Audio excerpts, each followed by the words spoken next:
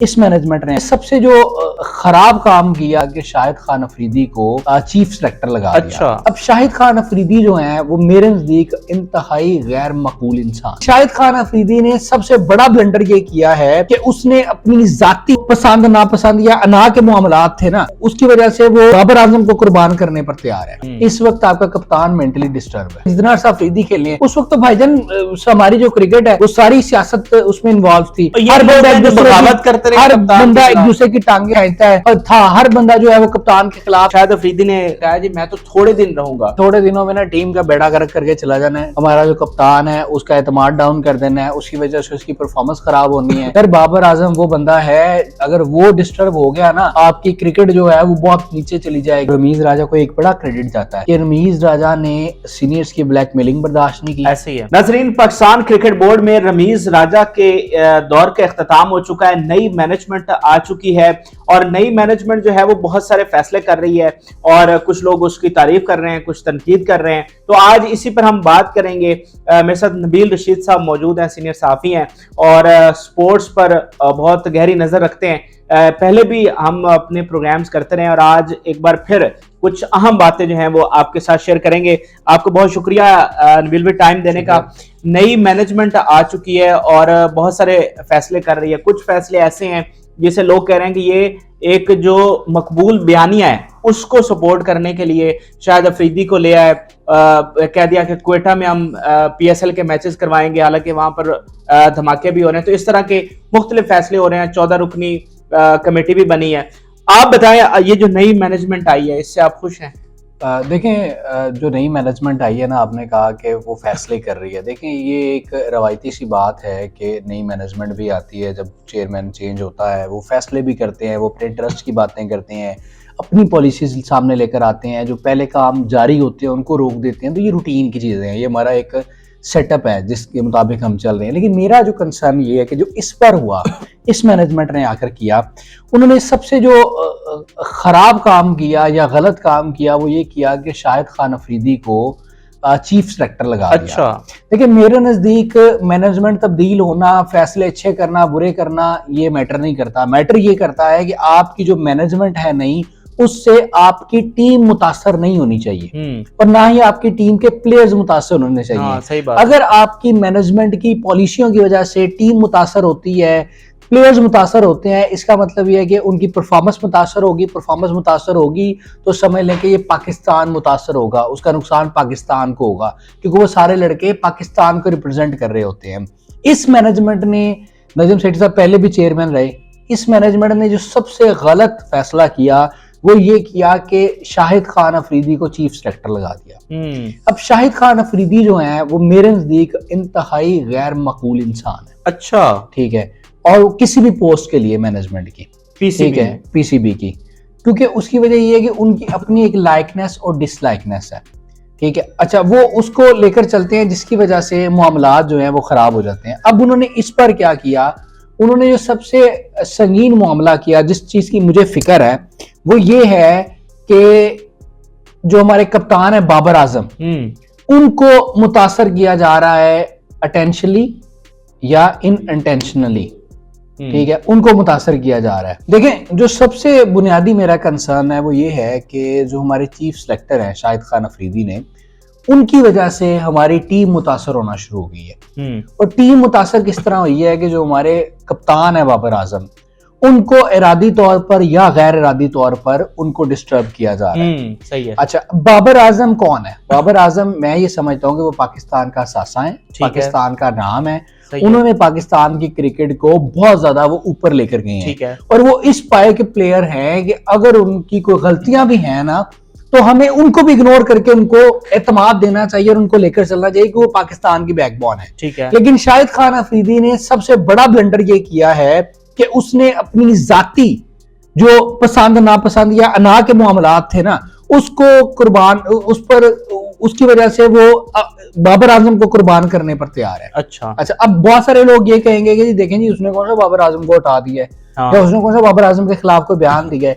देखिए मकसद हटाना नहीं होता ना, वो हटा सकता है। शायद अफरीदी की क्या वक़्त है कि वो हटाए एज अ चीफ सेलेक्टर। लेकिन बुनियादी कंसर्न ये है कि जब आप वो छेड़ाछाड़ी करते हैं ना टुचटुचैया करते हैं तो प्लेयर जो है वो मेंटली डिस्टर्ब होता है। इस वक्त आपका कप्तान मेंटली डिस्टर्ब है, ठीक है, उससे मशावरत के बगैर टीम अनाउंस की गई, ठीक है। अच्छा, अब इसमें डिस्टर्ब करना मैं आपको थोड़ा सा और बता देता हूँ तफसील कैसे डिस्टर्ब किया जाता है। एक अरसा से प्रेशर ये आ रहा है कि रिजवान को टीम से आउट किया जाए और सरफराज को मौका दिया जाए, खासतौर पर टेस्ट और वनडे में। लेकिन बाबर आजम एक उसको लेकर चल रहा है क्योंकि उनके एक बड़ी अच्छी कॉम्बिनेशन बन चुका है। उसने आगे रिजवान को टीम से बाहर निकाल दिया। अब ये देखने वाले के लिए एक छोटी सी बात है कि जी एक प्लेयर को टीम से बाहर निकाल दिया, सरफराज ने परफॉर्म ठीक है, और सरफराज ने परफॉर्म कर दिया, लेकिन उनको ये नहीं पता कि इस फैसले से टॉर्चर किया गया बाबर आजम को, बाबर आजम से बदला लिया गया है कि उनकी जो साइकी थी, जो सोच थी, उसको चैलेंज किया गया कि तू इसको नहीं निकाल रहा था, हमने निकाल दिया, चालक के बोल। और इसी तरह जो रिजवान का नुकसान हुआ है, मतलब पाकिस्तान के पास दूसरा वर्ल्ड क्लास प्लेयर है, मतलब जिन्होंने, मैं इन दोनों के बारे में ये कहता हूं कि इन्होंने पाकिस्तान के क्रिकेट को बहुत ऊपर ले गए हैं। मैंने जब से क्रिकेट देखना शुरू की है 2003-4 के बाद की मैं बात आपको बता रहा हूं, हमारे पास कोई ऐसा ओपनर ही नहीं आया जो 30 प्लस का, जिसने मैचेस ज्यादा खेले और 30 प्लस एवरेज हो, ठीक है। हमारे पास अहमद शहजाद से लेकर नासिर जमशेद से लेकर इमरान फरद से लेकर कामरान अकमल से लेकर यासर हमीद से लेकर, ठीक है, उसके बाद जनाब अवैज ज़िया से लेकर शाहजेब से लेकर, और मतलब कितने नाम हैं सारे ओपनर्स, 25, 28, 30। सर हमें इतना अच्छा ओपनिंग पेयर मिला है कि बजाय हम उनको एतमाद दें, हम उनके साथ छेड़खानी कर रहे हैं सिर्फ अपनी जाती तस्कीन के लिए कि मैंने कहा था कि सरफराज को मौका दो, नहीं दिया तो चलें जी मैं उसको लेकर आ रहा हूँ। अच्छा, यहीं पर व्यूवर ये भी कहेंगे कि रिजवान जो है वो दोस्ती निभा रहे हैं उसके साथ, बाबर जो है रिजवान के साथ दोस्ती निभा रहे हैं, इसलिए उनको नहीं निकाला, तो इन्होंने आगे बड़ा अच्छा किया। देखिए मैं आपको एक बात बताता हूँ कि दोस्ती की बात नहीं होती। रमीज राजा का जो सबसे बड़ा क्रेडिट है ना वो ये है कि उन्होंने अपनी पसंद नापसंद या अपने मामलात को इंटरफेयर नहीं होने दिया, ठीक है। और ये जो रमीज राजा की जब चेयरमैन थे और जो हमारी टीम थी ना, इस टीम की सबसे बड़ी बात ये थी कि ये पॉलिटिक्स से साफ थी, ये सबसे बड़ा सियासत नहीं थी, बिल्कुल ऐसे ही, ठीक है, और सियासत नहीं थी और इमर्ज थे। और अगर आप परफॉर्मेंस की बात करें ना, आप ये जो इंग्लैंड के खिलाफ हम 3-0 से सीरीज हारे हैं टेस्ट की, इससे पहले हमें परफॉर्मेंस दिखा दें कि कहां पर हम गंदे गए हैं या बुरी परफॉर्मेंस हुई है। जब से बाबर आया टीम में, रिजवान आया टीम में, बाबर कप्तान है और रिजवान टीम में आया, परफॉर्मेंस बताएंगे कब हमने गंदी परफॉर्मेंस की है, ठीक है। तनकीद बुरा है, तनकीद बुरा है, तनकीद वाला मामला है और कुछ भी नहीं है, कोई दोस्ती नहीं थी, ठीक है। लेकिन दोस्ती तो हो जाती है, अच्छी बात है ना, कॉम्बिनेशन था आपका। लेकिन इससे पहले जब अफरीदी टीम में थे या अफरीदी कप्तान थे या जितना अर्सा अफरीदी खेलने हैं, उस वक्त तो भाईजान हमारी जो क्रिकेट है वो सारी सियासत उसमें इन्वॉल्व थी। हर बंदा एक दूसरे की टांगे खींचता है था, हर बंदा जो है वो कप्तान के खिलाफ था, हर बंदा बगावत करता था, अपने अपने ग्रुप बने हुए थे, जिसकी वजह से हमारी टीम की हालत देखें क्या हालत थी। तो ये तो वो टीम थी कि जो आपस में इनका बड़ा अच्छा कंबो था, 1 यूनिट था, सरफराज, बाबर, शादाब सब एक दूसरे को सपोर्ट करते थे और उसी वजह से हमने इतना अच्छा परफॉर्म किया, वो T20 हो या वनडे हो या टेस्ट हो। बाबर ये अच्छा, जब ये कहते हैं कि बाबर जो है वो रिजवान के साथ दोस्ती निभा रहा है, तो आपके कहने का ये मतलब है कि रिजवान मेरिट पर नहीं है टीम में, वो सिफारिश पर या पर्ची है? ये कैसे अजीब सी बात है। ये इतनी फजूल मंतक है, इतनी फजूल मंतक है कि मैं इसके बारे में क्या कहूँ कि एक ऐसा प्लेयर जो T20 का नंबर 1 प्लेयर, ठीक है, और क्रिकेट ऑफ द ईयर रहा हो, और पूरी दुनिया जो है इस वक्त रिजवान के गुण गा रही है। हमारा मसला ये है कि हम वो कहते हैं कि घर दा मुर्गी दाल बराबर, कि हमारा मसला ये है कि हम एडमिट नहीं करते। सर पूरी दुनिया एडमिट करती है कि बाबर आजम की क्लास क्या है, मोहम्मद रिजवान की क्लास क्या है, हम लोग एडमिट नहीं करते कि वो कौन लोग हैं। बिल्कुल ऐसे। तो ये एक बहुत बड़ा अलमिया है, ये फजूल में उसको डिग्रेड करने वाली बात है कि दोस्ती निभा रहे हैं इसलिए उसको टीम में रखा हुआ है।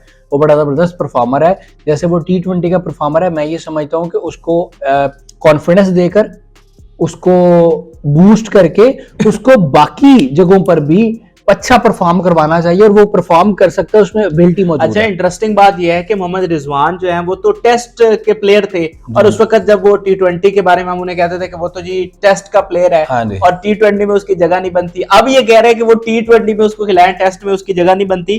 दूसरा, शायद अफरीदी ने आज या कल की प्रेस कॉन्फ्रेंस में कहा जी मैं तो थोड़े दिन रहूंगा मैं ज्यादा दिन इस बस पर रह सकता। उन्होंने थोड़े दिन जो टीम का बेड़ा गर्क करके चले जाना है। अब मतलब मुझे भी थोड़े दिन रहना तो जरूरत क्या है? थोड़े दिनों में ना टीम का बेड़ा गर्क करके चला जाना है, टीम में सियासत इन्वॉल्व कर देनी है, हमारा जो कप्तान है उसका एतमाद डाउन कर देना है, उसकी वजह से उसकी परफॉर्मेंस खराब होनी है। फिर शाहिद अफरीदी ने कहना है कि देखें जी कप्तान इसको क्या बनाए, इसकी तो परफॉर्मेंस ही नहीं, ये परफॉर्म ही नहीं कर रहा, शायद प्रेशर के अंदर परफॉर्म नहीं कर रहा। हालांकि ऐसा कुछ भी नहीं है, वो प्रेशर में भी परफॉर्म कर सकता है। और वो देखे जब से कप्तान है उसकी परफॉर्मेंस देख ली।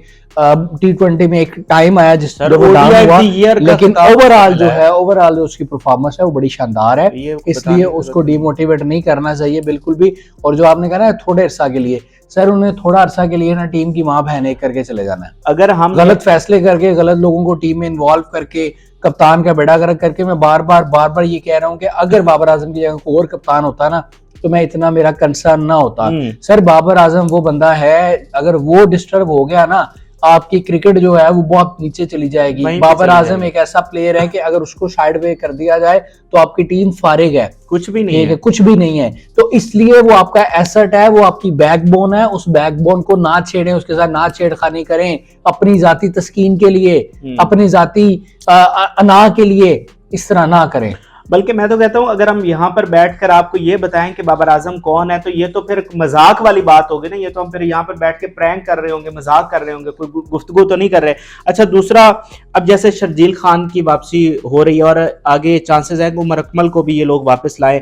अंदर की खबर ये भी है कि उनको ग्रीन सिग्नल दे दिया गया है कि आप प्रैक्टिस करें और आपको अच्छा परफॉर्म करें, PSL में आपको लेकर आएंगे। मोहम्मद आमिर के बारे में कहा जा रहा है कि उनको वापस लेकर आ रहे हैं। तो ये जो फैसले हैं शाहिद अफरीदी के, इसको आप किस तरह से देखते हैं? शायद शुएब मलिक भी आ जाएं। सर देखेंगे सारे चले हुए कारतूस हैं, ठीक है, इनको हमने बहुत ज्यादा आजमाया है, इनके लिए अपने जो एनर्जेटिक और यंग लड़के हैं उनकी कुर्बानी देना मैं ये समझता हूँ ये बड़ी नाइंसाफी है। और ये वो जिस तरह इन्होंने क्रिकेट खेली है ना शाहिद अफरीदी ने, और जिस तरह इन्होंने देखा है पॉलिटिक्स और सारी चीज़ें, अब यही वो चीज़ें जो है वो दोबारा टीम में लाना चाह रहे हैं, ठीक है, जो मैं समझता हूँ कि ये बड़ी नाइंसाफ़ी है। और रमीज़ राजा की अगर बात की जाए तो रमीज़ राजा को एक बड़ा क्रेडिट जाता है कि रमीज़ राजा ने सीनियर्स की ब्लैकमेलिंग बर्दाश्त नहीं की। ऐसे ही है, ठीक है, उनको नहीं फ़र्क पड़ता था कि शायद शुएब मलिक टीम से बाहर है, हफीज़ टीम से बाहर है, आमिर टीम से बाहर है। उन्होंने यंग लड़कों को एनर्जेटिक रखते हुए और वो फाइनल तक लेकर गए, उनके साथ वो खेले और उन्होंने परफॉर्म भी किया। तो मैं ये समझता हूँ कि ये जितने लोग आज जिनका आपने नाम लिया है सारे चले कारतूस हैं, ठीक है, इनको बहुत ज़्यादा मौके मिल चुके हैं और अब इनको सिर्फ और सिर्फ एक ज़ाती शख्स की जाती तस्कीन के लिए, उसकी अना के लिए अब इन सबको मौका दिया जाए। वन लाइनर अगर आप कहें कि अगर आपका वन लाइनर सियासत है कि अगर सियासत हमारी टीम में दोबारा से आ गई तो फिर मामला गड़बड़ हो जाएगा। देखें, अगर आप अगर ये पूछना चाह रहे हैं कि कौन ऐसा एक सिंगल कौन सा पॉइंट है इसकी वजह से हमारी क्रिकेट डाउन हो जाएगी, तो वो सिर्फ और सिर्फ सियासत से बढ़कर भी बाबर आजम का डाउन होना है। ठीक है, अगर बाबर आजम अपना एतमाद खो देगा ना, मैं ये समझता हूँ कि हमारी टीम रेजा हो जाएगी, ठीक है। और दूसरे नंबर पर पॉलिटिक्स तो है ही है, तो अब वो ऑटोमेटिकली पॉलिटिक्स तो होनी है। उसने तो जब आमिर जैसे लोग आएंगे, शुएब मलिक जैसे लोग अब वो जाहिर बात है कि उसकी मेंटालिटी नहीं मिलती, उसका दिमाग रलता नहीं है। उसका दिमाग रलता नहीं है, मजाक में बात कर रहा हूँ, लेकिन वो इस वजह से वो सारे मामला जो है वो खराबी की। अच्छा, आखिर में ये भी बताएं कि अभी कुछ ऐसे लोग हैं जो बाबर आजम के खिलाफ एक मुनज़्ज़म मुहिम चला रहे हैं। सर देखें, आप नाम लेना, शुएब जट साहब ने जो सरफहरिस्त हैं, जो किया शुएब जट साहब ने, मैंने ट्वीट भी किया उस पे और शाकिर भाई ने उसको रीट्वीट भी किया है। शुएब जट ने ये जो किया है ये सिर्फ और सिर्फ बाबर का एतमाद गिराने के लिए। देखें, जब आप प्रेस कॉन्फ्रेंस हो रही होती है, कैमरे लगे होते हैं, मीडिया आ रहा है, इंटरनेशनल मीडिया बैठा होता है, उस वक्त आपके साथ कोई नामुनासिब रवैया इख्तियार करता है। आपने बाबर के रिएक्शन चेक किए थे? बिल्कुल, तो उस वक्त तो उन्होंने कभी भी नहीं दिया। उस वक्त सर फील होता है, तकलीफ पहुंचती है, और ये इंटरनेशनल मीडिया की ज़ीनत बना हुआ है। इसी तरह की चीजें जो हैं वो आपकी परफॉर्मेंस को मुतासर करती हैं, ठीक है। प्रेशर जो शुएब जट जैसे लोग हैं ना, जो कि एक, अब मुझे नहीं पता, लेकिन मुबैना तौर पे ऐसा लगता है कि वो किसी प्लान के तहत या किसी एजेंडे के तहत जो है वो ये सारा कुछ कर रहे हैं। तो इससे किसी का कुछ नहीं भाई जाना, इससे किसी का कुछ नहीं जाना, इससे पाकिस्तान का बेड़ा गर्क होना है, इससे हमारी क्रिकेट का जो है मेयार है वो डाउन होना है, जो कि मैं ये समझता हूँ कि ये बहुत बड़ा नाइंसाफी है बाबर आजम के साथ, और ये पाकिस्तान क्रिकेट के लिए बहुत गलत है। ऐसा कतई नहीं होना चाहिए। आखिर में कोई अगर कोई बात करना चाहें तो कर लें, फिर इसको वाइंड अप करते हैं। मैं बात क्या करनी है, मैंने हाथ ही जोड़ने हैं शाहिद खान अफरीदी साहब के लिए कि थोड़े दिन थोड़ा जो दिन है जो वो इज्जत व आबरू से गुजार दें, उन थोड़े दिनों में टीम का बेड़ा गर्क ना करें। जैसे आपको शहबाज शरीफ की वो एडमिनिस्ट्रेटर अच्छे नजर आते थे, अब मुझे लगता है कि आपको जो है वो मतलब मुझे लगता है कि जिस तरह आपको वो एडमिनिस्ट्रेटर अच्छे नजर लगते थे, इसी तरह आपको शर्जील, उमर अकमल और आमिर ये अच्छे लगेंगे। और अब मुझे इस चीज के सबसे बड़ी मुझे जो तकलीफ है ना, एक बार मैं आपको बताऊं, मुझे ये तकलीफ है कि अब वो जो डैशी बॉय है ना, वो ना टीम में आ जाए। उसका नाम आ सकता है, लेकिन अब मुझे उम्मीद है कि वो डैशी बॉय भी टीम में आ जाएगा। अगर वो आ गया, डैशी बॉय टीम में आ गया, तो फिर बस अल्लाह ही हाफ़िज़ है पाकिस्तान क्रिकेट का। बिल्कुल सही है। तो ये नाजरीन कुछ अहम चीजें थी। आपका ज़ाहिर बात है, आप इख्तिलाफ भी कर सकते हैं, आप कमेंट में अपनी राय से जरूर आगाह करें, लेकिन हमारा मसला ये है कि हम फिर गालम गलोच पर उतर आते हैं। तो अगर आपने तनकीद करनी है तो अच्छे अंदाज में करें, क्रिटिसिज्म करें, होना चाहिए, लेकिन एक्सट्रीम पर नहीं जाना चाहिए। आप इस सारे मामले पर क्या राय रखते हैं कमेंट सेक्शन में जरूर शेयर करें। फिलहाल के लिए इजाज़त दीजिए, अल्लाह हाफ़िज़।